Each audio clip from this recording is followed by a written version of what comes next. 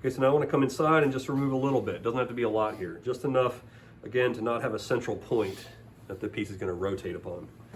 So I'm going to take the right corner of my tool and start at my line, or maybe even just shy of it, and work out to it just gently.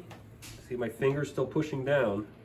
And you're pretty flat there. And I'm pretty flat here, just kind of like bringing the whole level down just a little bit. And now the tricky part is coming into the center, because what I do with my finger when that happens, just kind of slide it off to the left.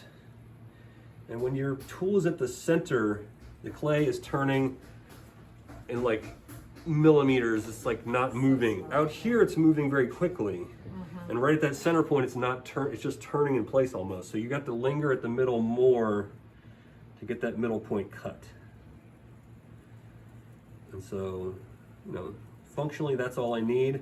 Everything else beyond a little concavity there is just an aesthetic consideration. You have more clay there, you cut deeper.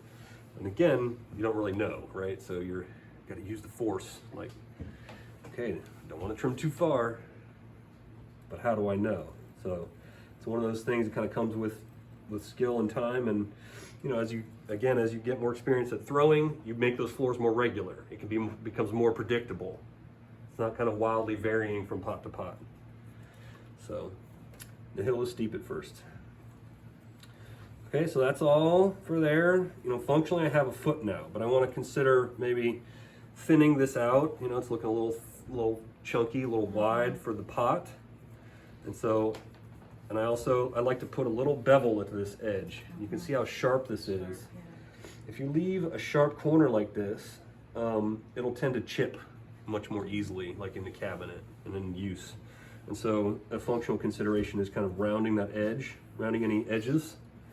And so I like to put what's called a chamfer. It's like not quite a 45 degree, but just a little beveled edge right there. And so this is how I do that. So if this is 45, I'm a little bit shallower than that. And so I'm almost like pushing the tool into my finger here just to guide it so it's not one hand acting independently. And I just want to ever so gently kind of lay my tool down right on that edge and just round it. So you see how it's got a little bit of a bevel now? That's going to give the pot a little bit of a shadow line when it sits on the table. And also I can wipe the glaze right to that chamfer, and all of this foot will be glazed. So we put everything on cookies now, so you can be a little bit more bold as far as like how low you bring that glaze down. And we'll talk about, you know, anywhere you're combining two glazes, you want to do in the top portion of the pot, so if there's any running, it's not going off. We'll talk about all that in the glazing session. Okay, so if I just keep cutting here, I'll go through. Now if I just keep cutting down right there, I'll go through, because eventually you're going to run out of real estate. So, you know, knowing when to stop is tricky.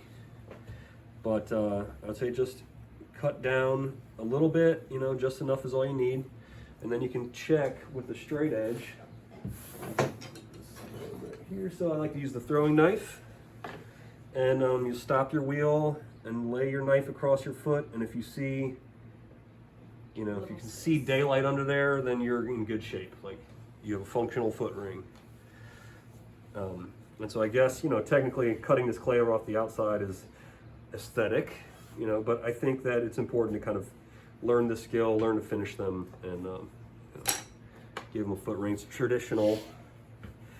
And so again, I'm gonna come in here and narrow this foot just a little bit as far as like finish for cutting the form. And so when I do that, very careful. When if I'm cutting out this way, very easy for that tool to go bloop and cut a big old chunk out of your foot ring, and then I see a lot of knowing smiles. They're like, yeah, been there. Okay, so again, there's a little tension between the two hands. I'm almost pushing my tool back into this hand, and this hand is advancing it. So there's like I'm pushing into the center line.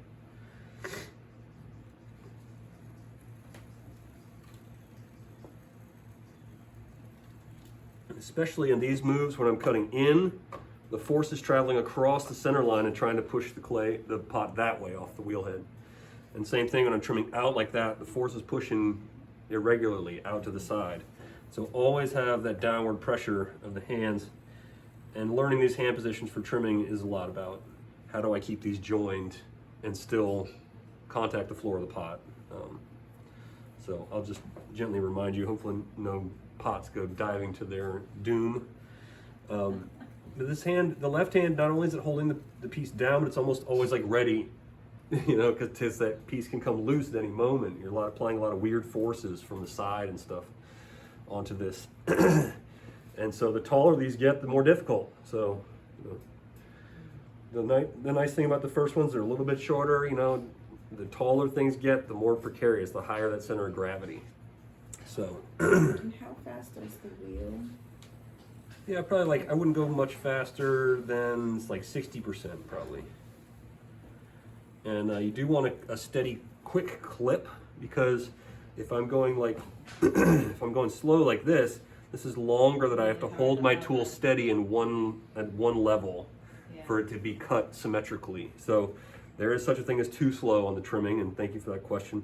But I think like same thing, too fast, maybe that's a bit too quick. So right in that middle zone, like maybe 40 to 60%, 30 to 60%.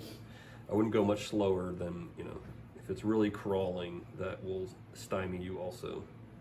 Okay, so now I used a nice groggy clay for this, so I can show you, like, you can obviously see where the thrown wall ends and the trimming begins because of that grog. And so the grog is the little fired bits of clay that's been pulverized and then reconstituted into the clay.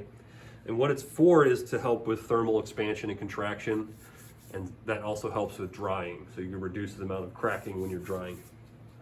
The downside is, as I trim, it drags, and so you can see these long drag marks where my, you know, the grog kind of catches on my tool and drags around the pot. So how do we get rid of that? What I don't want to do is squeeze water all over the wheel head, because if water comes down here and goes between these clay lumps and the pot, they will be permanently affixed, and you'll be stuck there trying to scrape the clay off the outside. It sticks. So don't heed my warning. Try not to do that. You really, anytime you're trimming, if you have a bone dry pot and you want to reapply some water, just use a half damp sponge and just get the water where you want, rather than having it kind of, this is not the moment for the water to be squeezing down and running down and all over the wheel head.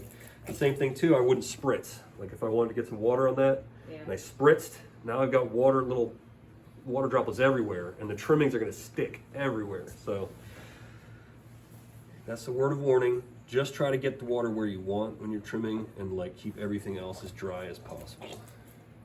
So even here, I'm careful of like how much water is kind of dripping off my hand, because it will start to give me trouble. And are you pushing? No, I'm just kind of dampening. So a gentle surface contact. No need for too much pressure. And what this does is when you wet the clay particles will expand. And so they're almost like the clay particles are like swelling up. And so you're going to re-embed that grog down in the surface. And to do that, you can use a rib or you can use your finger. And I'm just going to burnish. I'm just pushing just these tools that here are, yeah, not only am I compressing, but I'm kind of smoothing that grog down. And you know, if any grog's still sticking up after the bisque firing, you can sand it. You can hit it with the sandpaper outside. But yeah, a little compression right here at the bottom of the foot, where you compress from the inside when we were throwing, compress from the outside when you're trimming, and hopefully you'll never have to know what an S-crack is. So finger's good, rib's better. You know, if you're feeling bold, a red mud tools is great for finishing. The yellow one is great for throwing. So those are like the two I would add to your quiver if you're interested in getting a couple of extra tools to kind of help add to your basic kit. Okay, so I've kind of like done all this foot stuff, all nice, and it's a bit smoother now. You can see the difference there between that and that, where it's like, you know, it looks finished, burnished. And then even after the firing, 150 grit sandpaper, and you can buff the bottoms of these down. Brenda? You can buff the bottoms of these down so they're like super smooth, like a river rock. So as I was working the bottom, this got dry again, so I'm just going to reapply.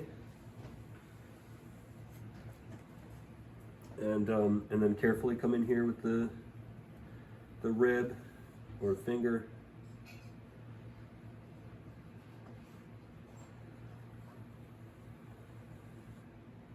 and just give it a nice finish. Will So that finger. smooth off like lines you can see from the trimming a little bit? Yep. So the clay particles kind of expanded, and then when I smoothed with the rib, I wasn't cutting, so that grog wasn't dragging. I was just kind of like, this was flush to the surface, pushing all that back down in and just burnishing.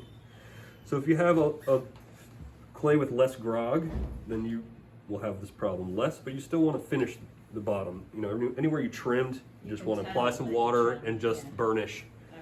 Okay. And again, the hope is to create that illusion of like, I didn't trim this, it's just, you know, kind of like this and that just joined together in unison. There's no like obvious line where the trimming ended. Okay, and so what I didn't show you was all the things that will go wrong, Yeah. unfortunately. I sat there with that tool last time, hitting The the shirt spot form, that was you're like, uneven. it's just not working. Yeah, so while I'm here, I'm gonna come around, we'll work together. You know, let's If it's make sure we not get them flat centered out. before we go forward, because it'll, you know, it's gonna give you a hard time if we don't. So that'll be the first skill, to kind of getting that pot centered.